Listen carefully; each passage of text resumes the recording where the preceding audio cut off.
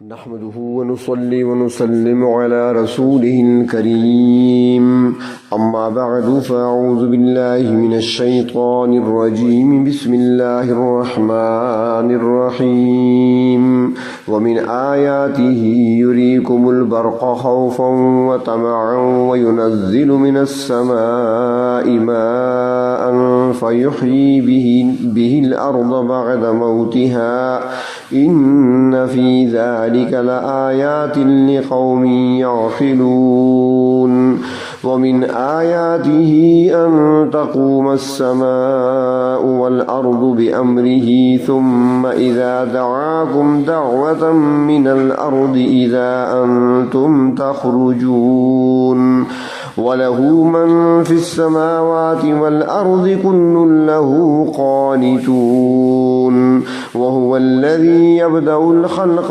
ثم يعيده وهو أهون عليه وله المثل الأعلى في السماوات والأرض وهو العزيز الحكيم صدق الله مولانا العظيم اللهم صل على سيدنا محمد وعلى آل سيدنا محمد وبارك وسلم۔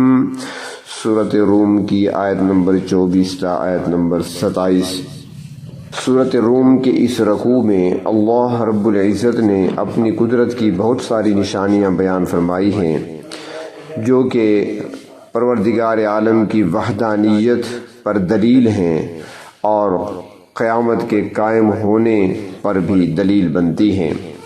ارشاد فرمایا ومن آیاتہ، اور یہ بھی اللہ تبارک و تعالیٰ کی قدرت کی نشانیوں میں سے ہے، یریکم البرق خوفا و طمعا، کہ وہ دکھاتے ہیں تم کو بجلی خوف اور امید سے۔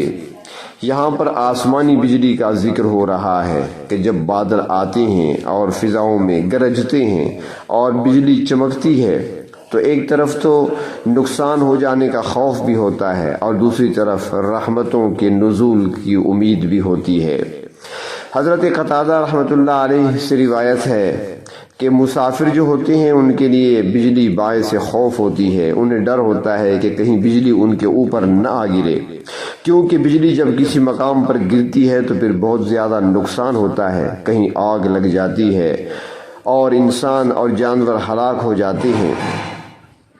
تو فرماتے ہیں کہ بجلی میں مسافروں کے لیے خوف ہوتا ہے اور جو لوگ اپنے گھروں میں ہوتے ہیں، مقیم ہوتے ہیں، ان کے لیے امید ہوتی ہے کہ بارش برسے گی تو پھر ہمارے فصلیں سرسبز ہوں گی، ہمارے کھیت لہلہائیں گے، اناج پیدا ہوگا، پھل پیدا ہوں گے۔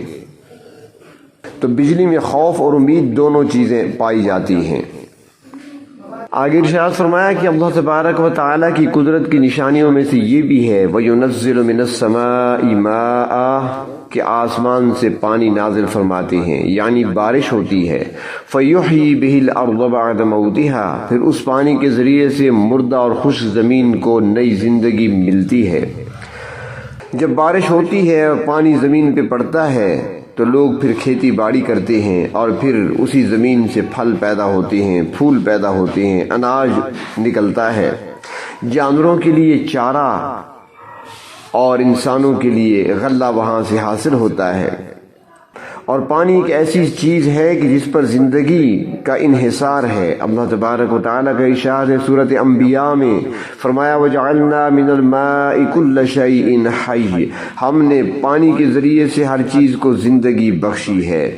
صرف انسان اور جانور ہی پانی کے محتاج نہیں بلکہ نباتات بھی پانی کے بغیر زندہ نہیں رہ سکتے، اور انسان کو اور جانوروں کو بھی اپنی خوراک کے لیے اناج کی ضرورت ہے، پھلوں کی ضرورت ہے، درختوں اور سبزے کی ضرورت ہے، اور جب تک پانی نہیں ہوگا تو یہ چیزیں نہیں پیدا ہو سکتی۔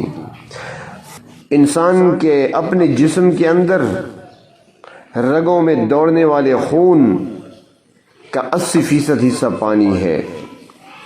پانی کی ضروریات بہت زیادہ ہیں، صرف یہ نہیں کہ پینے کا کام آتا ہے بلکہ اللہ رب العزت نے اس کو ایسا بنایا ہے کہ یہ خود پاک ہے اور دوسری چیزوں کو پاک بھی کرتا ہے۔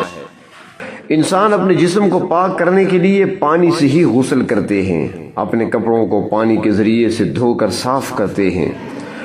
برتن ہوں یا دوسری استعمال کی چیزیں، انہیں صاف کرنے کے لیے پانی ہی کی ضرورت پڑتی ہے، اور قدرت کا قانون ہے کہ جس چیز کی جتنی زیادہ ضرورت ہوتی ہے اس چیز کو اتنا عام کر دیا جاتا ہے، اور پانی کی ضرورت اتنی زیادہ تھی تو اللہ تبارک و تعالیٰ نے پانی کے ذخائر بھی وسیع پیدا فرما دیے۔ زمین پر جگہ جگہ دریا، نہریں اور ندیاں چلا دی ہیں۔ زمین کے اندر بھی اللہ تبارک و تعالیٰ نے پانی کے وسیع ذخائر رکھے ہیں، اور پھر کنوؤں کے ذریعے سے، ٹیوب ویلوں کے ذریعے سے اس پانی کو نکال کر استعمال میں لایا جاتا ہے۔ تو فرمایا ان فی ذلک لآیات لقوم یعقلون، بے شک اس میں نشانیاں ہیں مگر ان لوگوں کے لیے جو عقل سے کام لیتے ہیں۔ یہ اللہ تبارک و تعالیٰ کی قدرت کی نشانی ہے کہ اللہ نے اپنی مخلوق کے لیے اتنی کارآمد چیز کو پیدا فرمایا۔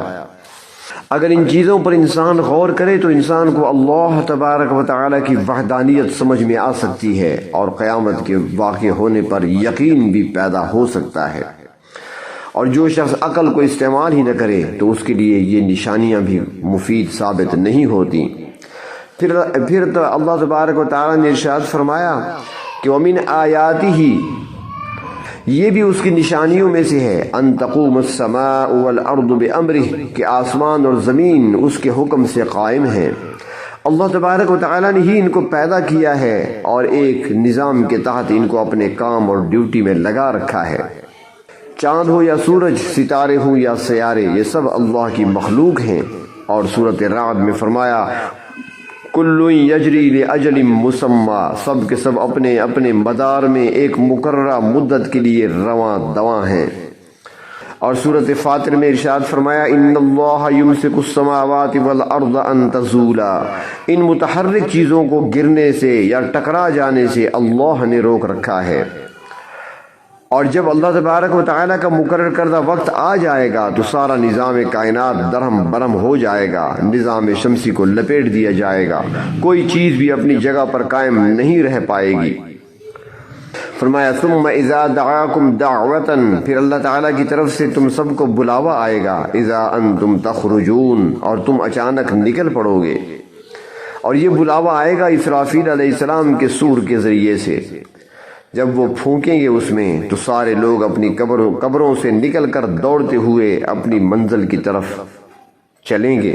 فرمایا وَلَهُ مَنْ فِي السَّمَاوَاتِ وَالْأَرْضِ، اور اسی ذات کے لیے ہے جو کچھ آسمانوں اور زمین میں ہے۔ کائنات کی ہر چیز اسی پروردگار عالم کی پیدا کردہ ہے، اور مالک بھی وہی ہیں اور تصرف کرنے والے بھی وہی ہیں۔ اللہ تبارک و تعالیٰ سورۃ النحل میں اپنی وحدانیت کی دلیل کے طور پر ارشاد فرماتی ہیں افمن یخلق کمن لا یخلق، کیا پیدا کرنے والا اور نہ پیدا کرنے والا برابر ہیں؟ خالق صرف ایک ہے، باقی سب مخلوق ہیں، اور مخلوق عاجز ہے، اور جو عاجز ہو وہ معبود نہیں ہو سکتا۔ اللہ تبارک و تعالیٰ نے اس دنیا میں انسان کو کچھ چیزوں کا عارضی طور پر مالک بنایا ہے، ورنہ ہر چیز کے مالک اللہ تبارک و تعالیٰ خود ہیں، اور پوری کائنات میں تصرف بھی اللہ تبارک و تعالیٰ کے قبضہ قدرت میں ہے۔ سورۃ سجدہ میں فرمایا یدبر الامر من السماء الى الارض، آسمان کی بلندیوں سے لے کر زمین کی پستیوں تک ہر چیز کی تدبیر اللہ کرتے ہیں۔ کل لہ قانتون، اور ہر چیز اسی کی اطاعت گزار ہے۔ فرشتے جو کہ اللہ رب العزت کی پاکیزہ مخلوق ہے، وہ ہر وقت اللہ تعالیٰ کے مطیع ہیں، اطاعت میں لگے ہوئے ہیں۔ سورۃ التحریم میں فرمایا لا یعصون اللہ ما امرہم ویفعلون ما یؤمرون، وہ اللہ کے حکم کی نافرمانی نہیں کرتے بلکہ ہر حکم کی تعمیل کرتے ہیں۔ انسانوں اور جنات میں سے بھی اللہ تبارک و تعالیٰ کے فرمان بردار بندے ہیں۔ ارشاد فرمایا وَهُوَ الَّذِي يَبْدَأُ الْخَلْقَ ثُمَّ يُعِيدُهُ، اللہ کی ذات وہی ہے جو مخلوق کو پہلی بار پیدا کرتے ہیں اور پھر اس کا اعادہ وہی کریں گے۔ اللہ تبارک و تعالیٰ نے ہی زمین و آسمان کی تخلیق فرمائی ہے۔ کروڑوں سال پہلے زمین و آسمان کو بنایا گیا، پھر فرشتوں کو پیدا فرمایا، جنات کو پیدا فرمایا، اور پھر انسانوں میں سے سب سے پہلے انسان حضرت آدم علیہ السلام کو پیدا فرمایا۔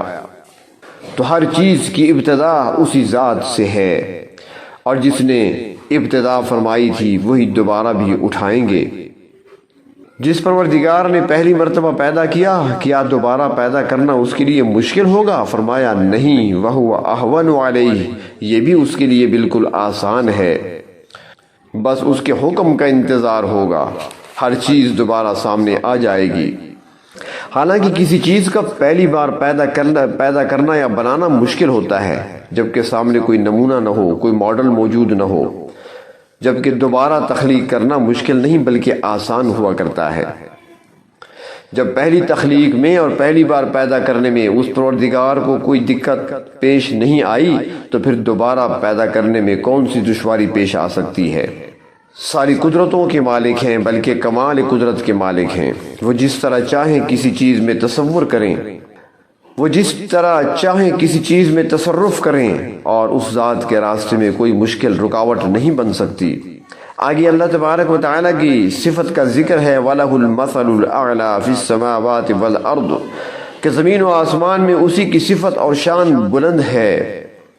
تفسیر معالم العرفان میں ہے کہ حضرت قتادہ رحمۃ اللہ علیہ فرماتی ہیں کہ وَلَهُ الْمَثَلُ الْأَعْلَى کا مطلب یہ ہے کہ اللہ تعالیٰ کی صفت اور شان زمین و آسمان میں بلند ہے، اور اس بلند صفت سے مراد کلمہ لا الہ الا اللہ ہے۔ اور امام مالک رحمۃ اللہ علیہ بھی فرماتی ہیں کہ اللہ تعالیٰ کی صفت یہ ہے کہ وہی معبود برحق ہے اور کوئی اس کا شریک نہیں ہے، آسمانوں میں بھی وہی معبود ہے اور زمین میں بھی وہی معبود ہے۔ حدیث شریف میں آتا ہے، بخاری شریف کی حدیث ہے کہ اللہ تبارک و تعالیٰ ارشاد فرماتی ہیں کہ انسان نے میری تکذیب کی ہے اور یہ اس کے لیے مناسب نہیں تھا، اور انسان نے مجھے گالی دی ہے اور یہ اس کے لیے مناسب نہیں تھا۔ پھر فرمایا کہ میری تکذیب یہ ہے کہ انسان نے کہا کہ اللہ تعالیٰ دوبارہ پیدا نہیں کریں گے، گویا جزائے عمل کا انکار کر دیا انسان نے، تو یہ میری تکذیب کی ہے۔